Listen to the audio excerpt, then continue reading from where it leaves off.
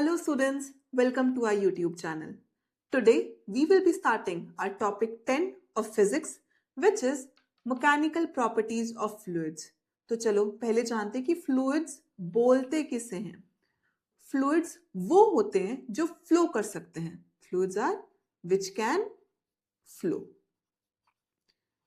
जैसे क्या solids flow करते हैं? नहीं. But liquids and gases can flow. Therefore, these both are known as fluids. समझ गए?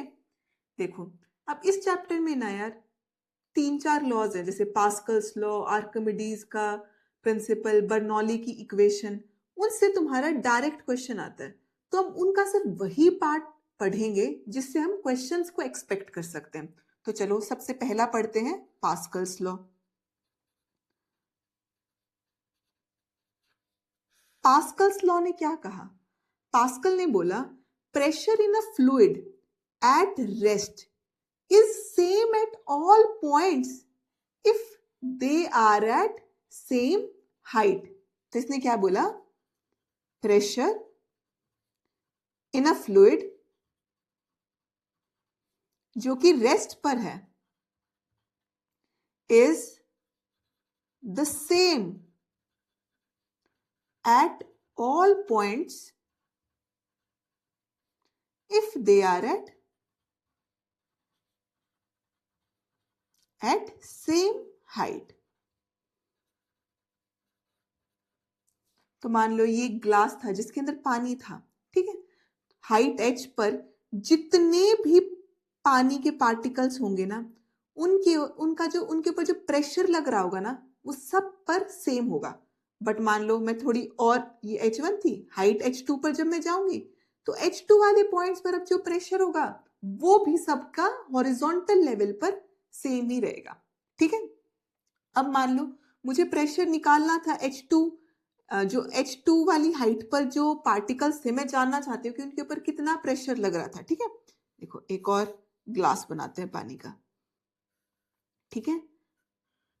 मान लो H हाइट के नीचे एक पार्टिकल है, मुझे निकालना है कि इसके ऊपर प्रेशर कितना है. हमें पता है सरफेस के ऊपर कितना प्रेशर होगा, एटमॉस्फेरिक प्रेशर के इक्वल होगा. तो यहां पर जो प्रेशर होगा P is equals to P atmospheric plus rho जो कि इस लिक्विड की डेंसिटी है, G जो कि 9.8 मीटर पर सेकेंड स्क्वायर है, एंड इंटू H. H मतलब सरफेस से कितना नीचे है वो.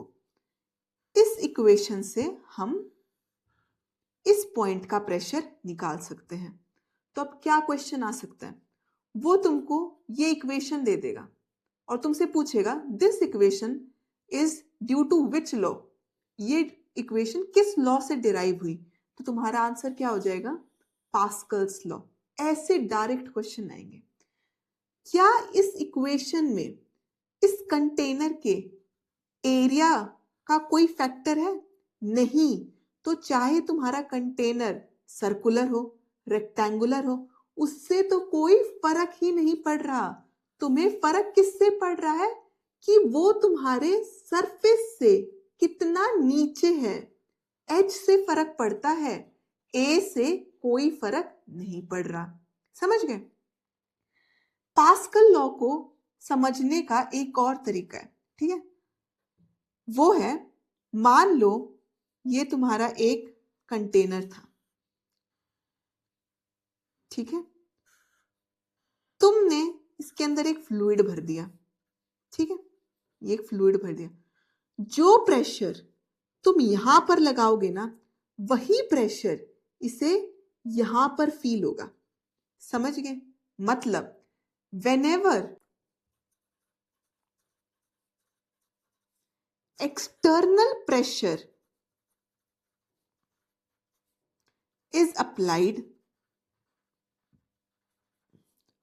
on any part of a fluid,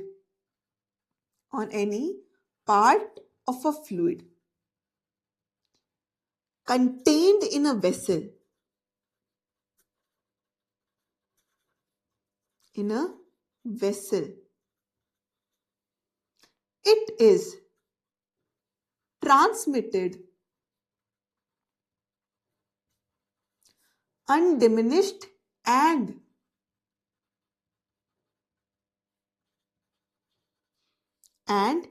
equally in all directions.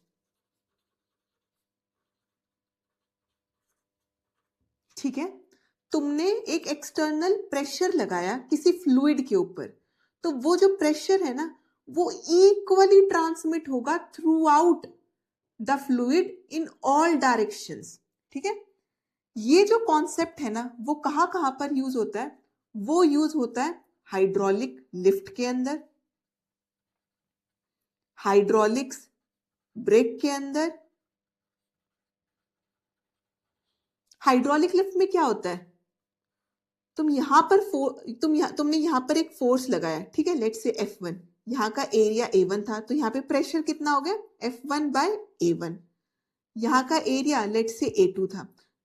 तुम्हें पता है पास्कल ने क्या बोला कि P1 should be equal to P2, मतलब pressure at 1 should be equal to pressure at 2।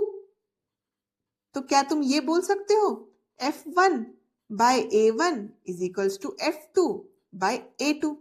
अब इस पूरे से वो तुमसे क्या क्या क्वेश्चन पूछ सकते हैं? एक क्वेश्चन इसके ऊपर बन सकता है, एक क्वेश्चन वो तुमसे ये भी पूछ सकते हैं कि हाइड्रोलिक लिफ्ट और हाइड्रोलिक ब्रेक्स कौन सा कॉन्सेप्ट यूज करते हैं? Pascal's law. ठीक है, तो चलो अब देखते हैं इक्वेशन ऑफ कंटिन्यूटी क्या है। Equation of continuity,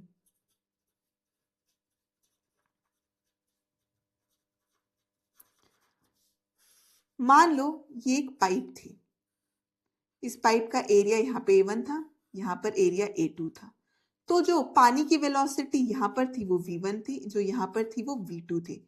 equation of continuity बोलती है कि A1 into V1 is equals to A2 into V2। तुम्हें दिख रहा है यहाँ पे A1 कम है ना, तो V1 क्या होगा? पानी की वेलोसिटी यहाँ पे ज्यादा होगी, तुम्हें पता है A2 ज्यादा है ना, तो V2 तुम्हारा कम होगा ताकि यहाँ पे ये इक्वल हो जाए। तो यहाँ पर पानी की वेलोसिटी लेस है, यहाँ पर पानी की वेलोसिटी ज्यादा होगी। अब देखते हैं कि बर्नौली ने क्या कहा था।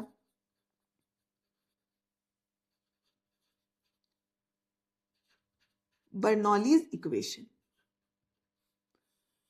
बर्नौली इक्वेशन ने बोला लेट्स सी एक पाइप है जिसके अंदर से फ्लूइड फ्लो कर रहा है, तो हर पार्ट पर जो तुम्हारा summation of pressure energy plus इस फ्लूइड के अंदर जो काइनेटिक एनर्जी है which is equals to half rho v square, इस फ्लूइड के अंदर उस पॉइंट पर जो पोटेंशियल एनर्जी होगी which is row g H, इन तीनों का समेशन कांस्टेंट रहेगा। समझ गए?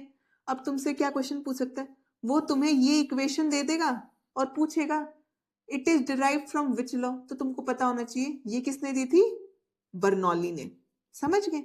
अब ये याद रखना जो बर्नौली की इक्वेशन है ना वो एक ऐसे फ्लूइड के ऊपर एप्लीकेबल है जिसकी विस्कोसिटी क्या है? 0। विस्कोसिटी को हम आगे समझेंगे, मतलब थोड़ा डिस्कशन करेंगे इसके ऊपर। विस्कोसिटी मतलब होता है फ्लूइड के मोशन के अंदर जो रेजिस्टेंस हो रहा होता है ना उसको विस्कोसिटी बोलते हैं। ठीक है, और दूसरा वो फ्लूइड इनकम्प्रेसिबल होना चाहिए।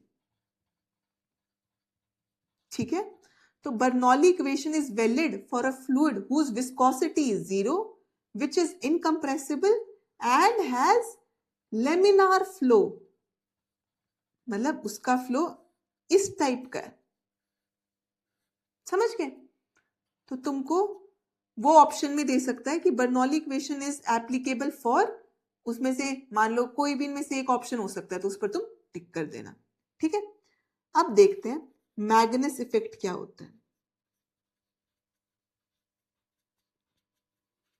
मैग्नस इफेक्ट दो सिचुएशंस को कंसिडर करते हैं, एक जिसमें बस तुमने बॉल को फेंक दिया, बॉल सिर्फ मूव हो रही है, एक में तुमने उसको मूव भी करवाया और साथ में तुमने उसको स्पिन भी करवा दिया। ठीक है, इसमें दोनों हो रहे। तो जब अकेली बॉल मूव हो रही होगी तो जो उसकी आसपास की एयर होगी वो ऐसे ऐसे जा रही होगी। अगर बॉल आगे जा रही है तो हवा पीछे आ रही होगी, है ना। अब मान लो तुमने साथ में उसको स्पिन भी करवा दिया। लेट से तुमने उसको ऐसे स्पिन करा दिया। ठीक है, तो जो तुम्हारी एयर होगी ना वो ऊपर से कंप्रेस हो जाएगी और नीचे से वैसी रहेगी। ठीक है, यहां का जो होगा, इधर तुम्हारी बॉल इस तरफ जा रही है और तुम्हारी एयर इस तरफ जा रही है, तो क्या बोल सकते हैं हम, तुम्हारी वेलोसिटी क्या हो जाएगी, यहां पर वेलोसिटी ज्यादा हो जाएगी। यहां पर तुम्हारी बॉल भी इस डायरेक्शन में जा रही है और तुम्हारी एयर भी इस डायरेक्शन में जा रही है, तो रिलेटिव वेलोसिटी क्या हो जाएगी, वेलोसिटी कम हो जाएगी। समझ गए, लेस होगी। यहां पर क्या हो जाएगा, तुम्हारा प्रेशर कम हो जाएगा, यहां तुम्हारा प्रेशर ज्यादा हो जाएगा। और तुमको पता है कोई भी चीज कहां से हाई प्रेशर से लो प्रेशर की तरफ जाती है, तो जब तुम इस बॉल को स्पिन कराओगे ना तो ये अपने आप ऊपर उठने लग जाएगी। इसको बोलते हैं मैग्नस इफेक्ट। ठीक है, pressure difference between lower and upper faces of the ball, due to this there will be a net upward movement in the ball. इसको बोलते हैं मैग्नस इफेक्ट। अब इससे क्या क्वेश्चन बन सकता है कि ऐसी सिचुएशन में कौन सा कॉन्सेप्ट यूज हो रहा है, मैग्नस इफेक्ट का। तो तुम लगा दोगे टिक मैग्नस इफेक्ट के ऊपर। अब समझते हैं विस्कोसिटी क्या होती है। देखो यार, viscosity,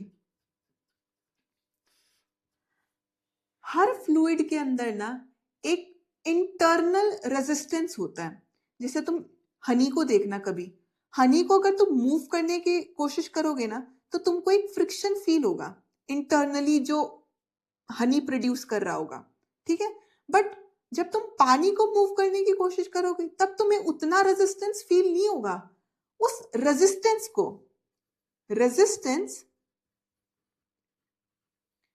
to fluid motion is viscosity. ठीक है, एक क्वेश्चन जो से इसमें पूछ सकता है वो है, मान लो तुमने टेम्परेचर को राइज किया। एज टेम्परेचर राइजेस, टेम्परेचर को इंक्रीज करने से तुम्हारी जो लिक्विड की विस्कोसिटी होती है वो तो कम होती है, बट जो तुम्हारी गैसेस की विस्कोसिटी होती है वो इंक्रीज हो जाती है। तो क्वेश्चन क्या आ सकता है, due to increase in temperature viscosity of liquid reduces and viscosity of gases increases. ये क्यों होता है, क्योंकि गैसेस को गर्म करने के कारण उसके अंदर एक टाइप की रैंडमनेस आ जाती है। समझ गए, चलो अब देखते हैं कि आर्किमिडीज ने क्या बोला था।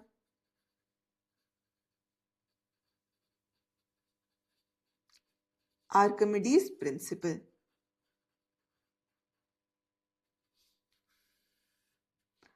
आर्किमिडीज ने बोला जब तुम किसी बॉडी को पार्टली या पूरा का पूरा एक लिक्विड के अंदर डुबा देते हो, उसके कारण उस बॉडी का ना एक वेट कम हो जाता है।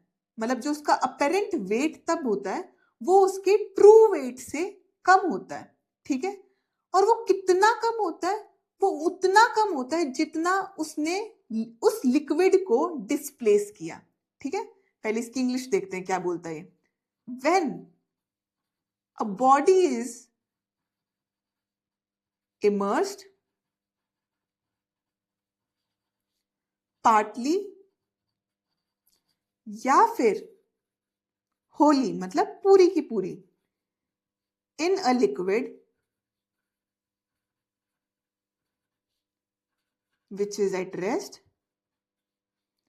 इट लूजेस, वो बॉडी लूज करती है, it loses some of its weight, some of its wait,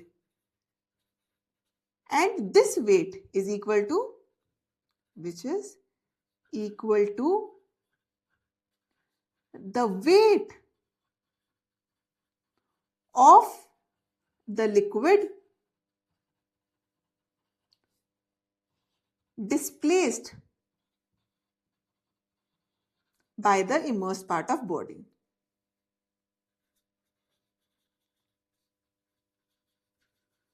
ठीक है, पार्ट ऑफ द बॉडी मतलब लेट से ये एक लिक्विड था,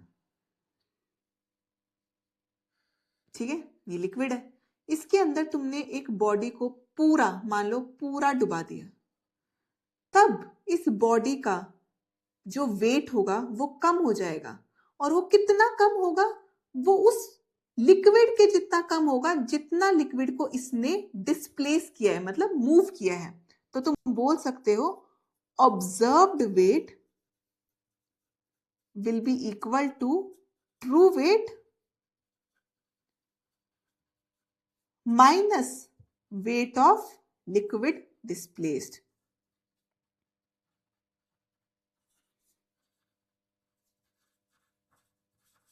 ठीक है, मान लो इस बॉडी का वेट ऑब्जर्व हुआ स्मॉल w, ठीक है, लेट से इसका ट्रू वेट था कैपिटल W, माइनस अब इसने बोला कि इसने कितना लिक्विड डिस्प्लेस किया होगा, मान लो जो इसने लिक्विड डिस्प्लेस किया वो mg के इक्वल था, उसका वेट mg के इक्वल था और इस बॉडी का मास m था, तो तुम ये लिख सकते हो कि उसका जो ऑब्जर्व्ड वेट होगा वो mg माइनस इसके इक्वल होगा।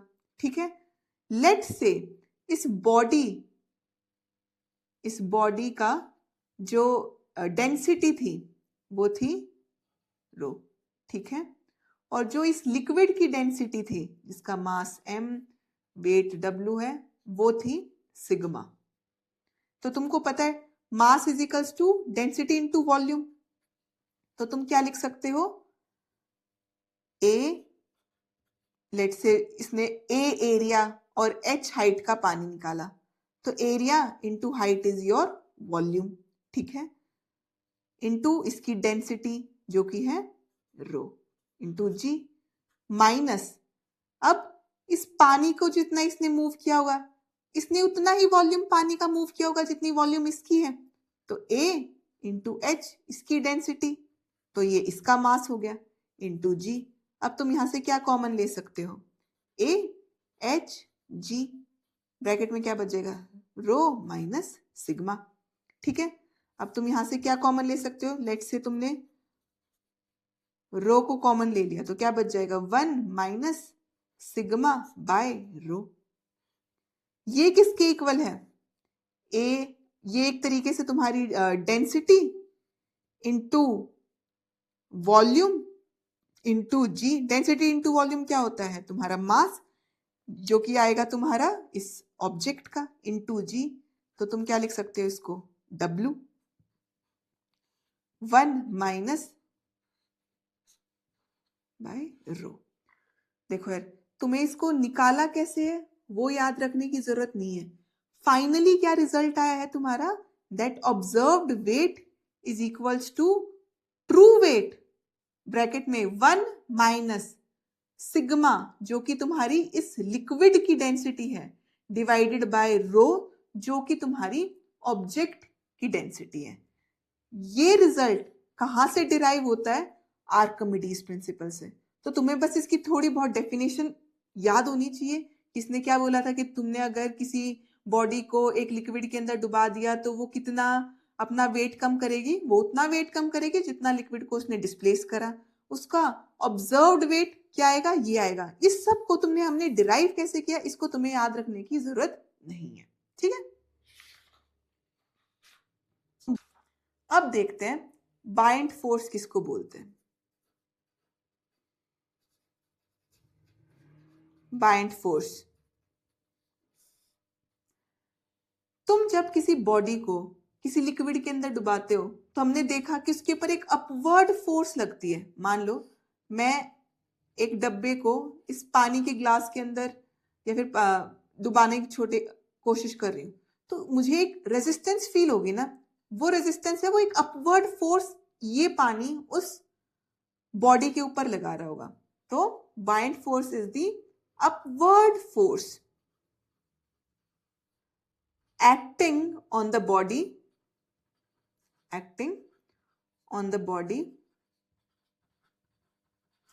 which is immersed in a fluid.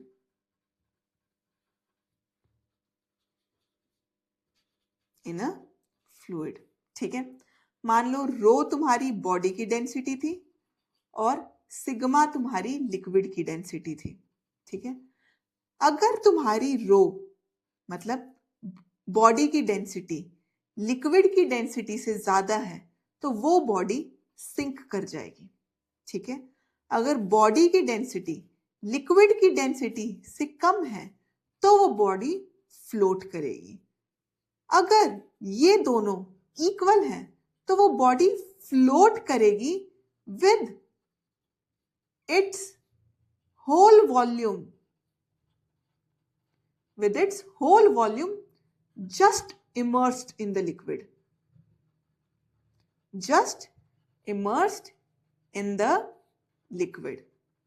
मतलब अगर उनकी डेंसिटी इक्वल है तो वो बॉडी फ्लोट कर रही है but just immersed in the liquid, ऐसे।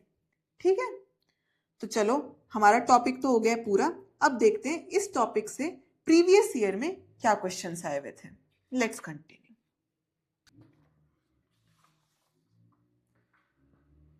2018 में इस टॉपिक से क्वेश्चन आया था, the pressure of a fluid varies with depth h as p is equals to p naught plus rho gh, where rho is the fluid density.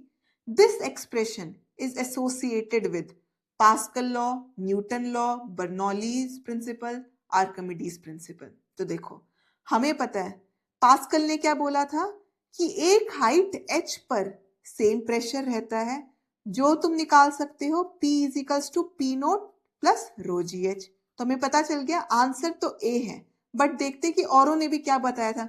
Bernoulli ने क्या बोला था तुम्हें याद है? बर्नौली ने बोला था pressure energy plus kinetic energy of the fluid plus potential energy in the fluid remains constant. इसने तो ये बोला था।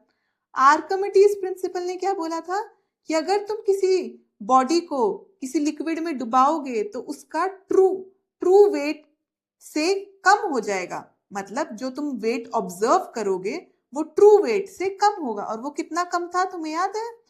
Observed weight is equals to true weight 1 minus उस लिक्विड की डेंसिटी डिवाइडेड बाय उस बॉडी की डेंसिटी। इतना उसके अंदर चेंज आ जाएगा। तो तुम्हें समझ आ गया ना? मैं तुम्हें बोल रही थी कि वो बस डायरेक्ट तुमको फॉर्मूला देगा और पूछेगा कि वो फॉर्मूला किस लॉ से एसोसिएटेड है। तो तुम्हें पता चल गया इसका करेक्ट आंसर क्या है, A. Question, two identical solid pieces, okay, one of gold and other of silver, when immersed completely in water, मतलब तुमने उनको पानी में इमर्स कर दिया, exhibit equal weights। तो तुमको पता चल गया कि उनका ऑब्जर्व्ड वेट, मतलब पानी में डुबाने के बाद जो उनका वेट आया, ऑब्जर्व्ड वेट सेम था। when weighed in air, given that density of gold is greater than that of silver, the gold piece will weigh more, the silver piece will weigh more, और both will weigh equal, या फिर weighing will depend on their masses। तो तुमको याद है तुम्हारे observed wait का formula क्या था? W1 माइनस उस मटेरियल की डेंसिटी डिवाइडेड उस लिक्विड की डेंसिटी डिवाइडेड बाय उस मटेरियल की डेंसिटी। ठीक है, तो इसने क्या बोला है कि दोनों का ऑब्जर्व्ड वेट इक्वल था। तो तुम ये बोल सकते हो W ऑफ गोल्ड 1 माइनस, मान लो तुमने इसे पानी में डुबा रखा था तो तुम उसकी डेंसिटी को 1 मान लो, divided by density of gold is equals to weight of silver 1 minus 1 divided by density of silver. ये इसने बोला है इक्वल है। तो देखो मैंने तुमको याद है, मैंने तुम्हें बताया था कि बस तुम ये फॉर्मूला याद रखना, ये डिराइव कैसे हुआ था वो तुम्हें याद रखने की जरूरत नहीं है, ठीक है। अब देखो इसने बोला density of gold is greater than that of silver. तो तुम मान लो, लेट से डेंसिटी ऑफ गोल्ड थी 4, डेंसिटी ऑफ सिल्वर तुम मान लो कि थी 2, ठीक है। अब इन वैल्यूज को इसके अंदर रखते हैं। तो weight of gold 1 minus 1/4 is equal to weight of silver 1 minus 1/2। तो ये कितना आ जाएगा 3/4। Weight of gold is equal to 1 minus is 1/2 weight of silver, 2 2 जा 4, ठीक है। तो तुम यहां से क्या लिख सकते हो, 3/2 की वैल्यू क्या आती है, 2 1 जा 2, एक बार गया 1.5। तो तुमने यहां से आ गया 1.5 weight of gold is equal to weight of silver. मतलब weight of silver is 1.5 times of weight of gold. मतलब सिल्वर का वजन गोल्ड से 1.5 टाइम्स ज्यादा है। अब देखते हैं ऑप्शन बी को देखो, the silver piece will weigh more, therefore option B is correct. देखो यार, अगर मुझे ये फॉर्मूला नहीं पता होता तो शायद मेरे को डिफिकल्टी होती इस आंसर पे आने के लिए। तो बस तुमको ये फॉर्मूला याद रखना है कि observed weight is equals to true weight 1 minus density of the liquid divided by density of the object itself. अब देखते हैं, a body floats in a liquid if the buoyant force is, मान लो ये तुम्हारा एक पानी का कंटेनर था और तुमने एक बॉडी को रखा, इसने बोला ये बॉडी फ्लोट कर रही है तुम्हारी। ये बॉडी कब फ्लोट कर रही होगी, जब लेट से ये mg था, इसका वेट उतना ही बाइंड फोर्स इसके ऊपर लग रहा होगा, तभी तो ये फ्लोट कर रही होगी। तो a body floats in a liquid if the buoyant force is equal to its weight. अगर ज्यादा हो जाएगा तो ये डूब नहीं जाएगी, वरना ये फ्लोट नहीं करेगी, ठीक है। That is equal to its weight. A metallic sphere of mass 1 kg and volume 2 into 10 to the power minus 4 meter cube is completely immersed in water। ठीक है, ये जो metallic sphere है ये completely water के अंदर immersed है। इसके ऊपर कितना buoyant force लग रहा होगा, the buoyant force exerted by water on the sphere is, तुमको पता है कितना buoyant force लगता है, जितना पानी उसने डिस्प्लेस कर दिया होगा, जितना लिक्विड को डिस्प्लेस कर देगी। अब उसने कितने लिक्विड को डिस्प्लेस किया है, अब वो देखते हैं। पहले देखो उसकी वॉल्यूम इसने क्या दे रखी है, 2 into 10 to the power minus 4, ठीक है। मास 1 kg दे रखा है, डेंसिटी उसने पानी की दे रखी है 1000 kg पर मीटर क्यूब, ठीक है। अब तुमको निकालना है उसने कितना उसके ऊपर बॉइंट फोर्स लग रहा होगा। लेट से ये वो बॉडी है, अभी देखो इसने कितनी, density is equals to mass per unit volume. तो जो इस पानी का जो मास होगा वो किसके इक्वल हो जाएगा, पानी की डेंसिटी 1000 इंटू ये जो वॉल्यूम हो गई 2 into 10 to the power minus 4। ये हो जाएगा उस पानी का मास जो इसने डिस्प्लेस कर दिया होगा। तो यहां से क्या आ जाएगा 2 into 10 to the power 3 minus 4 which is equals to 2 into 10 to the power minus 1। इतना मास का पानी उसने डिस्प्लेस कर दिया है, ठीक है। अब फोर्स कितना लग रहा होगा, फोर्स क्या होता है m into g, मतलब 2 into 10 to the power minus 1 into g क्या दे बोल रखा है इसने 10 ले लो, ये कितना आ जाएगा 2 न्यूटन। अब देखते हैं option, 0.5 Newton, 1.5 Newton, 2 Newton, 2.5 Newton. So the correct answer is 2 Newton. ये याद रखना यार, बॉइंट फोर्स उतना ही लगता है जितना पानी डिस्प्लेस हो चुका है। तो तुमने पानी का मास निकाल लिया पहले, तो जितना मास डिस्प्लेस हुआ है उसको तुमने जी से मल्टीप्लाई कर दिया, तो तुमको पता चल जाएगा कितना बाइंड फोर्स उसके ऊपर लग रहा होगा। समझ गए? With this we have finished our topic 10 which was mechanical properties of fluids। आशा करती हूँ कि आपको समझ आया होगा। अगर आपको समझ आया then do not forget to like, share and subscribe our channel. Thank you very much.